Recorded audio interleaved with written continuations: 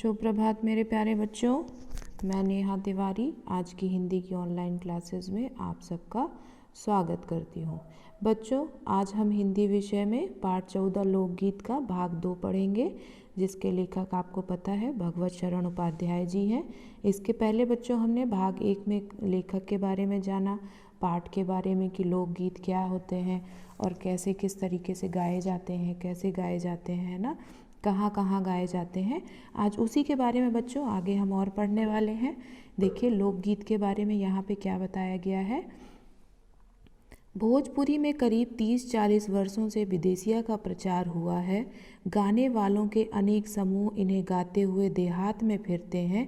उधर के जिलों में विशेषकर बिहार में विदेशिया से बढ़कर दूसरे गाने लोकप्रिय नहीं हैं।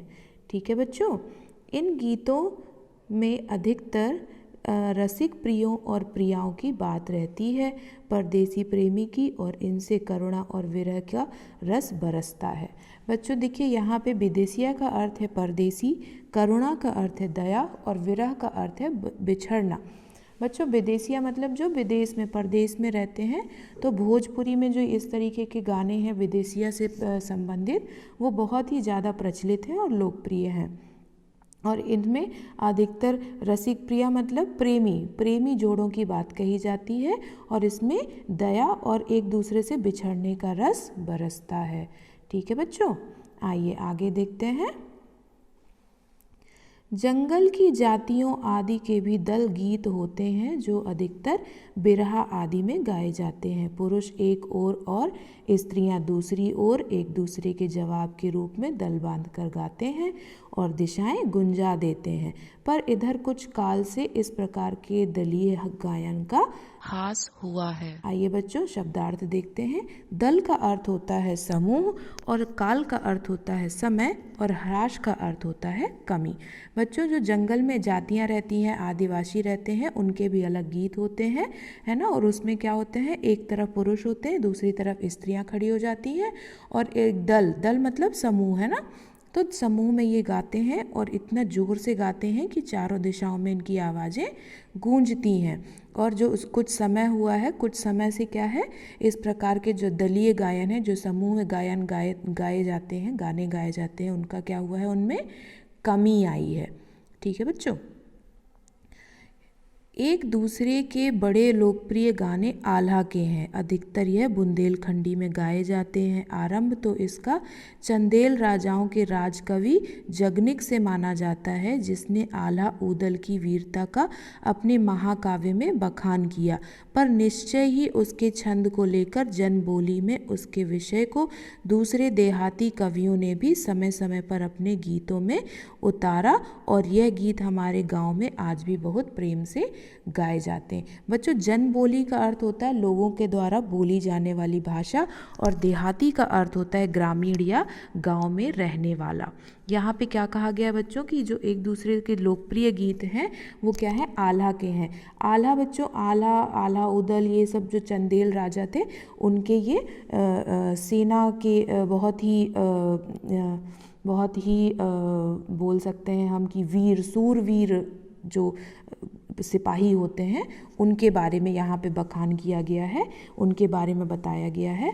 और ये जो जनबोली मतलब लोगों के द्वारा जो भाषा बोली जाती है, उसी विषय से संबंधित होते हैं, उन्हीं की भाषा में गाए जाते हैं। और ये देहाती मतलब जो गांव में रहने वाले ही लोग होते हैं, उन्हीं के, वही जो कवि होते हैं, उन्हीं के द्वारा ये गीत गाए जाते हैं समय समय पर।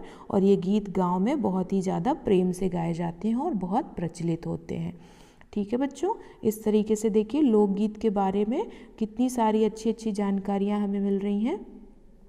इन्हें गाने वाले गांव गांव ढोलक लिए गाते फिरते हैं। इसी की सीमा पर उन गीतों का भी स्थान है जिन्हें नट राशियों पर खेल करते हुए गाते हैं। अधिकतर ये गद्य पद्यात्मक हैं और इनके अपने बोल हैं।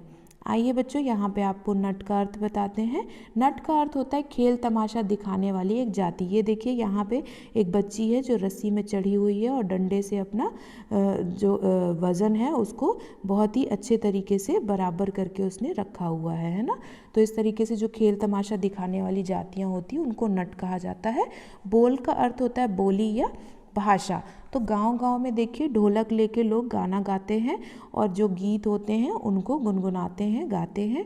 और जो नट होते हैं, खेल तमाशा दिखाने वाली जो जातियाँ होती हैं वो अपने तमाशे दिखाती हैं और अधिकतर ये क्या करती हैं, गद्य को मतलब जो अपनी बात है उसको गाते हुए बताते हैं और अपनी भाषा में बोलते हैं। चलिए आइए आगे देखते हैं और क्या बताया गया है लोकगीत से संबंधित। अनंत संख्या अपने देश में स्त्रियों के गीतों की है, तो ये गीत भी लोकगीत भी, पर अधिकतर इन्हें औरतें ही गाती हैं। इन्हें से रचती भी अधिकतर वही हैं। वैसे मर्द रचने वालों या गाने वालों की भी कमी नहीं है, पर इन गीतों का संबंध विशेषतः स्त्रियों से है। इस दृष्टि से भारत इस दिशा में सभी देशों से भिन्न है, क्योंकि संसार के अन्य देशों में स्त्रियों के अपने गीत मर्दों या जनगीतों से अलग और भिन्न नहीं है, मिले जुले ही है। आइए बच्चों शब्दार्थ देख लेते हैं। अनंत का अर्थ होता है जिसका अंत ना हो, और सृजना का अर्थ होता है उत्पन्न करना, और भिन्न का अर्थ होता है अलग। यहाँ पे देखिए बच्चों, जो अनंत संख्या अपने देश में है, स्त्रियाँ जाति की है, स्त्रियाँ रहती हैं, है ना, स्त्रियाँ गीतों को गाती हैं, और यही सृजना मतलब इसको उत्पन्न करना, यही गाने को बनाती भी हैं, उन्हें उत्पन्न करती हैं। वैसे ये काम जो है वो मर्द भी करते हैं, मर्द मतलब पुरुष भी करते हैं, लेकिन यहाँ पे क्या है, विशेषतः ये काम स्त्रियाँ करती हैं। और जो हमारा भारत देश है वो सभी देशों से अलग है ना, क्योंकि इस तरीके के जो लोकगीत है वो भारत में ही गाए जाते हैं, भारत में ही सबसे ज़्यादा प्रचलित है ना। और यहाँ पे जो गीत हैं वो जनजातियों से अलग नहीं है ना। जो गीत स्त्रियाँ या मर्द गाते हैं, पुरुष गाते हैं, वो क्या है, अलग जनजातियों से बहुत ज़्यादा अलग नहीं है, थोड़ा मिले जुले ही होते हैं। चलिए देखते हैं यहाँ पे और क्या बताया गया है बच्चों। हाँ, चित्र देख के तो आपको लग रहा होगा कि कुछ शादी ब्याह से संबंधित है ना। त्योहारों पर नदियों में नहाते समय के, नहाने जाते हुए राह के, विवाह के, मटकोड़ ज्योनार के, संबंधियों के लिए प्रेम युक्त गाली के, जन्म आदि सभी अवसरों के अलग अलग गीत हैं जो स्त्रियां गाती हैं। इन अवसरों पर कुछ आज से ही नहीं, बड़े प्राचीन काल से वे गाती रही हैं। देखिए बच्चों, यहाँ पे तालाब में नहा रहे हैं, इस समय भी गीत गाए जाते हैं। ये राह चलते हुए भी गीत होते हैं, विवाह के समय भी बहुत सारे गीत गाए जाते हैं। आइए शब्दार्थ देख लेते हैं। ज्योनार का अर्थ होता है बच्चों भोज या दावत, और प्राचीन काल का अर्थ होता है पुराना समय। ठीक है बच्चों, तो यहाँ पे देखिए जिस तरीके से यहाँ पे बताया गया है, क्या बताया गया है कि जो त्योहार में नदियों में गाना गाते समय, नहाने जाते समय, है ना, विवाह की जो रस्में होती हैं उसके समय, और जो भोज होते हैं, दावतें होती हैं, उनके समय में भी बहुत सारे अलग अलग गीत अलग अलग अवसरों पर गाए जाते हैं, है ना। और ये जो गीत हैं हर अवसर पर गाने वाले, ये आज से नहीं बच्चों, बहुत प्राचीन काल मतलब बहुत पुराने समय से ये गीत गाए जा रहे हैं। चलिए और आगे देखते हैं यहाँ पे और क्या बताया गया है। लोकगीत पढ़ते हुए तो मुझे बहुत मज़ा आ रहा है, आप लोगों को आ रहा है कि नहीं, देखते हैं। महाकवि कालिदास आदि ने भी अपने ग्रंथों में उनके गीतों का हवाला दिया है। शोहर, बानी, सेहरा आदि उनके अनंत गानों में से कुछ हैं।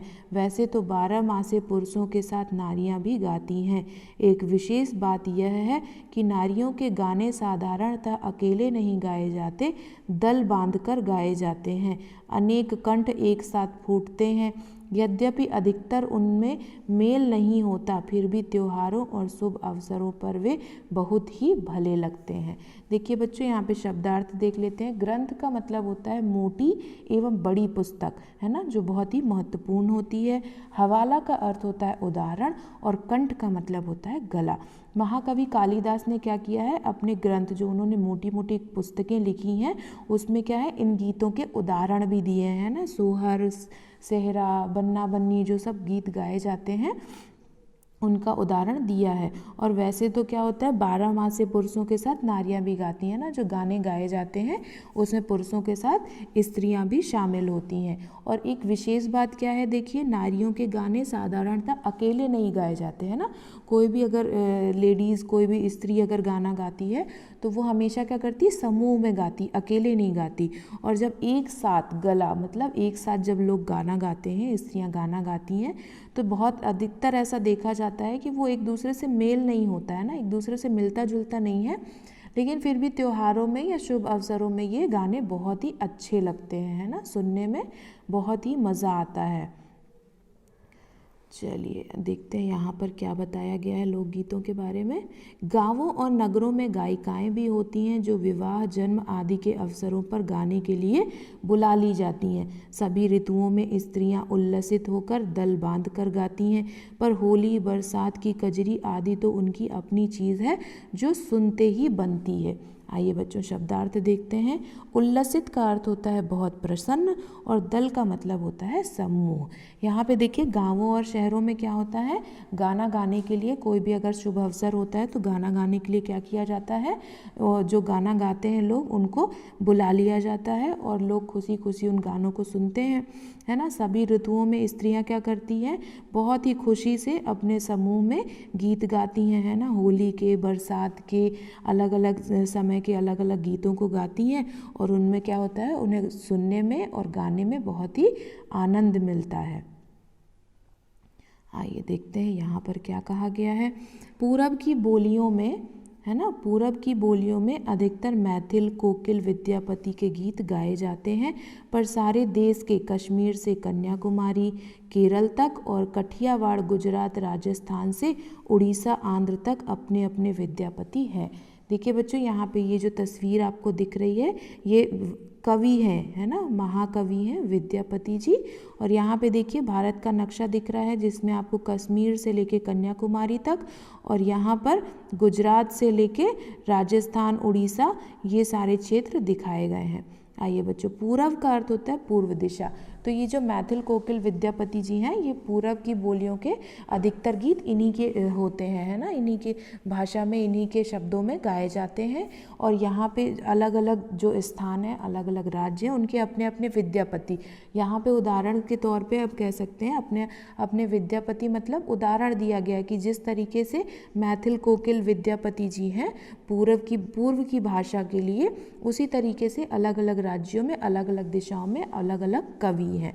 ठीक है बच्चों, इसलिए उनको विद्यापति का उदाहरण दिया गया है। आइए देखें, यहाँ पे तो बहुत ही सुंदर नृत्य का प्रदर्शन है।